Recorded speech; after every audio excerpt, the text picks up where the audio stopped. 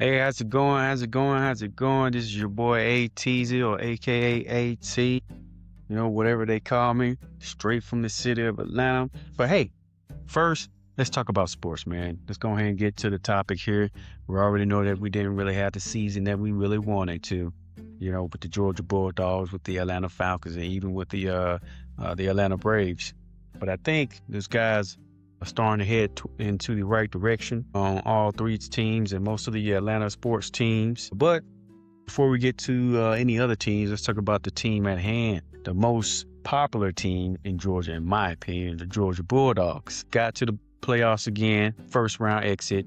Once again, just like what happened last season when Notre Dame won that nail biter against us. But we did had Gunnar Stockton starting his first playoff game after winning SEC championship game, coming in, filling in, doing what he did in that game. And y'all know what happened, and the rest is history. This season, winning another SEC championship game, back to back. So, gotta give credit where credit is due.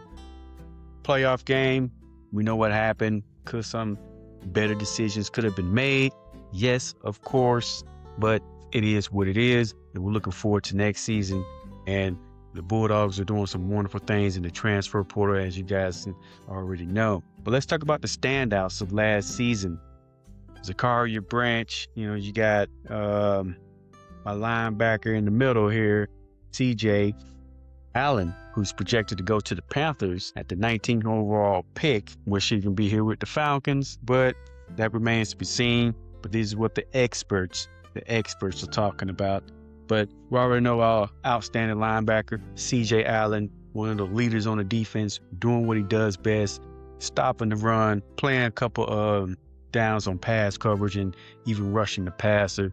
A leader on that team, helping those guys stay focused, placing them in the right positions whenever they need to be. What do you guys think about that? Him going to, one of our division rivals of the NFL, Carolina Panthers? Or do you think he slips down like how Jalen Walker or how James Pierce Jr. did, as Atlanta went back into the first round to pick up that guy? And those two rookies have done a wonderful job for the Falcons in the regular season.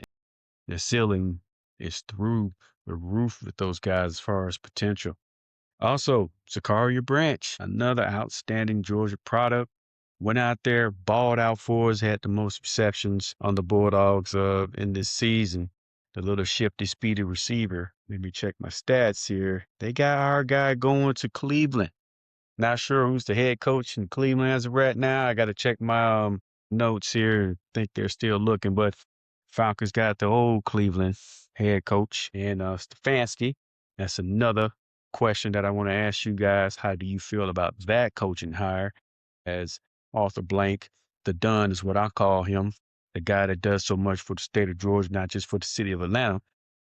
Put Matt Ryan up there as the president of football operations. Matt Ryan can officially say he had his first hire with Stefanski. We're keeping our outstanding defensive coordinator and Jeff Aldrich. You saw how he did with that young, talented defense in just his first year. Got those guys out there flying all around the field, getting to the ball, set a franchise record in sacks. We wanted to fix the sacks. We definitely did that. Fix the sacks across the board. Those young guys, I love them. I love them. But unfortunately, Terry Fortnite, he was part of the transition of what Arthur Blank wants to do. Clean house, try to reset the organization a little bit and try to build a culture and get some guys in. So you guys think Stefanski is the guy that can do that? Should we wait to see if Mike Tomlin was still wanting to coach? Couldn't get Harbaugh. Guess he just want to stay up there in New York. Guess he can't hack it down here in the South. Hey, here, down here, we only want people that wants to be here and not try to tolerate them. Let's get guys in here that wants to be here, right? Let me get to our third guy. I'm jumping all over the place here, but those are some thoughts, things that comes to my head. I know we wanted our season to be a little bit better as far as the Georgia Bulldogs and the Atlanta Falcons. High expectations, and we fell short. Our third outstanding guy is our guard, Monroe Freeland, our offensive tackle or guard. Pretty sure they'll put him on the right side of that offensive line, and they got the Rams trying to pick him up at the 29th overall pick, trying to protect Matt Stafford if he comes back, or the Georgia football star alumni Stetson Bennett, who helped us win back-to-back championships. He could be blocking for that guy, right? If the if the Rams decide to take that outstanding guard. But Georgia has upfront guys as far as offensive linemen, guards, offensive tackles. They're deep with that. And then they're bringing in more guys to continue to develop the true freshmen that we had at the offensive line this year. Those guys are going to be second, third year players.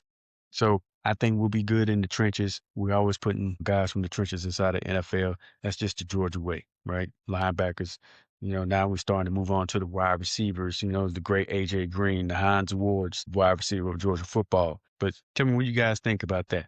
Should we pick up a guard as far as for the Falcons? Or should we try to get a successor to Jake Matthews as, he's starting to get up there in age, still a solid left tackle now, still solid.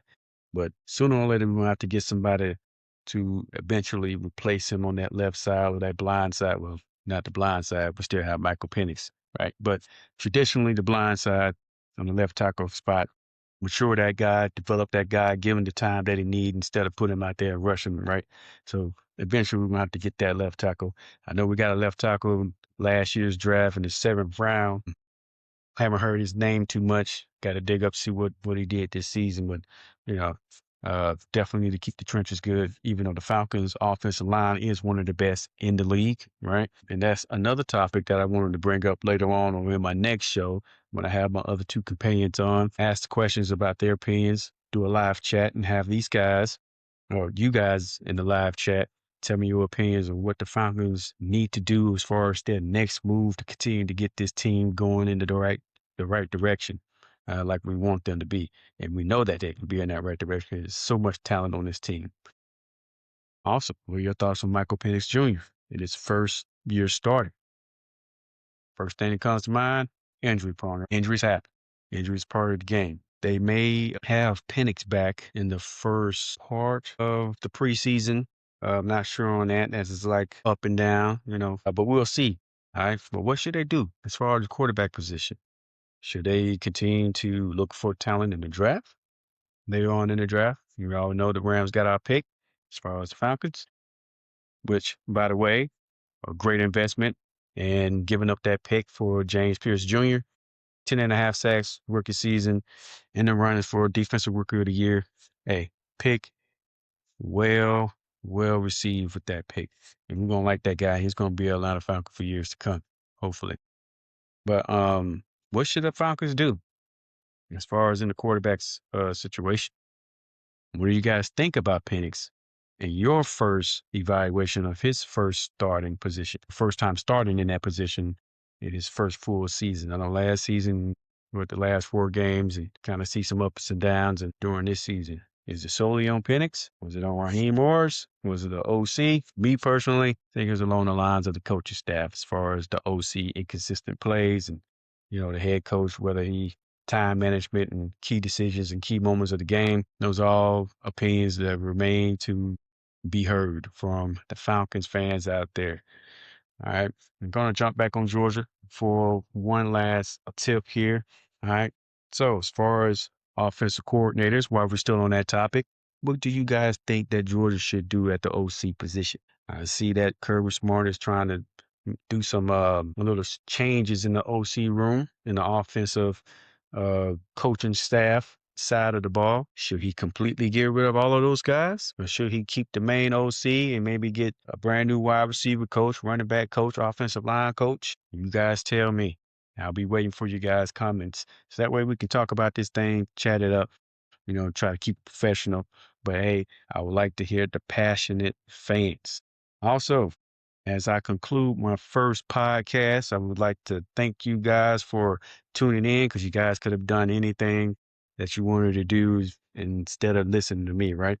But we're going to continue to keep this thing coming. Like I said, I have 2 more companions. I'm going to ask them some questions. They'll be asking me some questions, my opinions. Maybe you guys agree with me, disagree with me, or agree to disagree.